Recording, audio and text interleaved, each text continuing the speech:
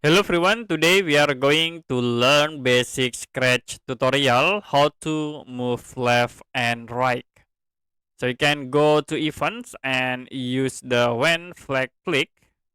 Now to use the control, you can go to control options, use the forever, and then use the if. So in here you can use the sensings. If key space key right arrow press. The next you can go to motions and then use change by X to 10. So if you play, press right arrow will be moved to the right.